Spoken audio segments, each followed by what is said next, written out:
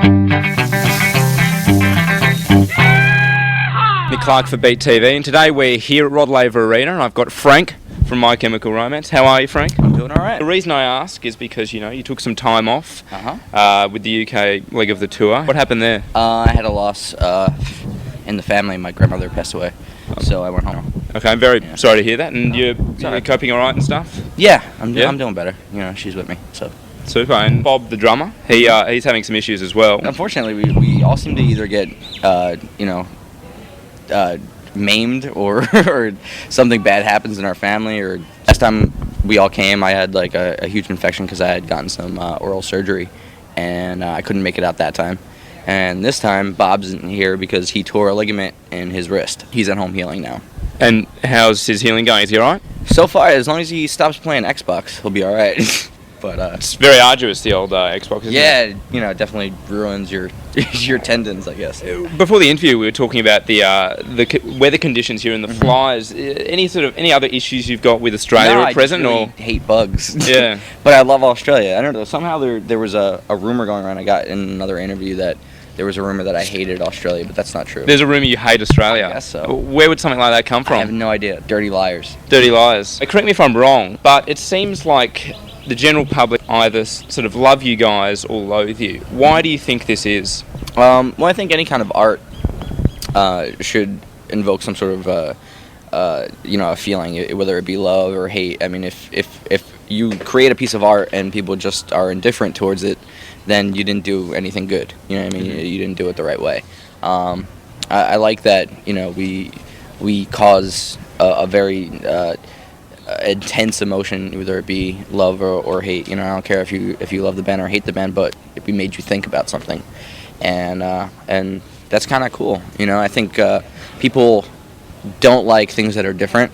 I think that a lot of the things that we do or say when we're up on stage, and a lot of things that we write about make people very angry. I think that a lot of the people that hate our band hate our band and hate our fans because they don't like the underdogs having any kind of power, and I think that's really what we embody is that power of fighting against adversity and being the underdog and kind of feeling better about yourself and doing something important with your life, and there's a lot of people out there that don't want to see that happen.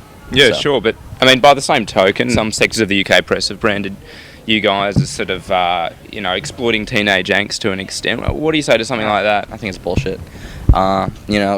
Teenage angst or 20-something angst or whatever, it's always there. Nobody's exploiting anything.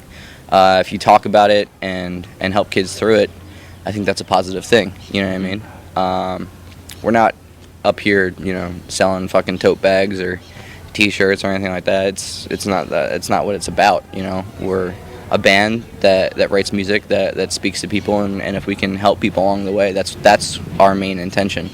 Everything else I could really care less about. It's often thought in the sort of music world that bands and artists do their best work when they're under some sort of influence of alcohol or drugs or whatever it is. It seems to me like you guys are actually doing your best work now that you've cleaned up your act a bit, because apparently instead of 03, 04 you're having a bit of trouble in terms of coping with the pressures of touring, and now you've sort of got over that. Is that a fair comment or what? Well, some people say that drugs and alcohol were pushed upon the artist to keep them subdued, but and then some people say people do their best work under the influence. I don't know. I mean, as far as playing and writing music, I just always loved doing it, clean and sober, and having your true self come through. I think that's really the best way, and really the best way to reach your full potential, rather than relying on some sort of crutch, a chemical crutch or anything like that. I think anytime that you're a slave to a drug or alcohol, or I have to do this before I get on stage, or I have to do this to write a song, then you're what are you really? You're just a robot. So My Chemical Romance, totally clean. We still have fun and stuff like that. We're not nuns, but definitely when it comes down to it, we're not a bunch of addicts running around. Yeah, sure. Jared, your front man, he's been quoted as saying that emo is a pile of bullshit. and some emo fans of yours have sort of reacted strongly against that. Do you agree with his sentiments, or do you think that emo, the term or the genre, has some sort of relevance or respectability? I could say this a million times. Emo started out when they were trying to classify music, and emo always meant emotional. And any kind of art or music should be emotional. You know, if it's not, then it's pretty much just a jingle selling bleach or pizza, you know. But as far as the title emo or whatever it means these days, it is a pile of bullshit. It's just a category or a name that they have to put on things to put records on the shelf, and I don't really care about that, because when I look for records, I look alphabetically. Do you feel like some bands that you're being sort of lumped in with are effectively dragging you down in terms of the way the public perceives you? Well, you know, I mean, like I said, Fall Out Boy, for instance? No? Panic at the Disco? Hey, man, you know, there's a lot of bands out there that, you know, are doing their thing and like them or hate them, you know. That's what they do, and as long as bands are out there creating music that's from the heart and they're not full of shit, then I have no problem with them. Some bands are full of shit, you know, and that's just the way it goes, you know, and there's a lot of fans that are full of shit, so whatever.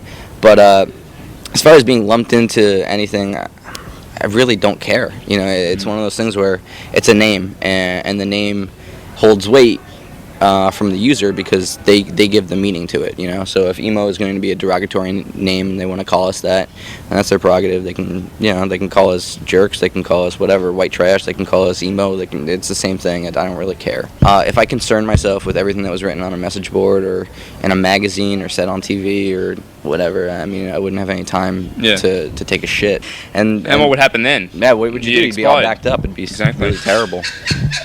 Any plans to head back in the... What was that? It's pterodactyl. We've got those in Australia. Yeah. Any plans to head back in the studio yet? Yeah, we can't wait, actually, to tell you the truth. It's really bearing down on us. Like, every time we get together for sound check or anything like that, we just want to write. We just want to get together and lock ourselves in a room and write.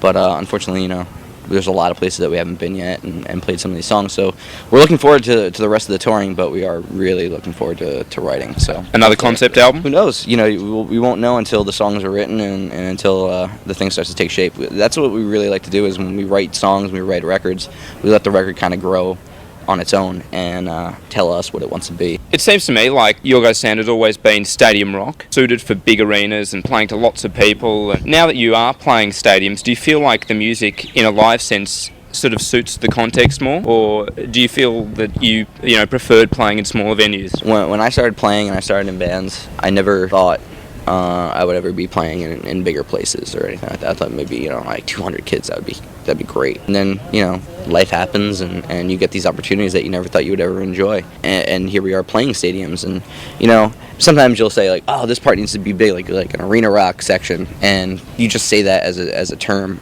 But when playing the songs and listening to the record, I don't really think that they're arena rock or stadium rock, but I guess it does translate. You know, I mean, kids have a great time at the show, and it doesn't feel like the bigger the places are that we can't connect with the kids that are far away. Mm-hmm. I love the small shows. You know, if we had to go back and only play small shows tomorrow, I'd be ecstatic.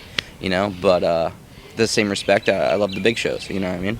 From what I read, apparently at a festival recently in the UK, which will remain nameless, somebody threw a bottle of urine at your singer or something. Is there anything you want to say on camera to the prick who threw a bottle of urine at Jared? You know, just get brutal. Like, no, he's not going to watch this. I don't give a shit. Why you stand in an audience to pee in a bottle and throw it at somebody is beyond me. I mean, I guess, you know, you're standing out there all day, you really got to pee.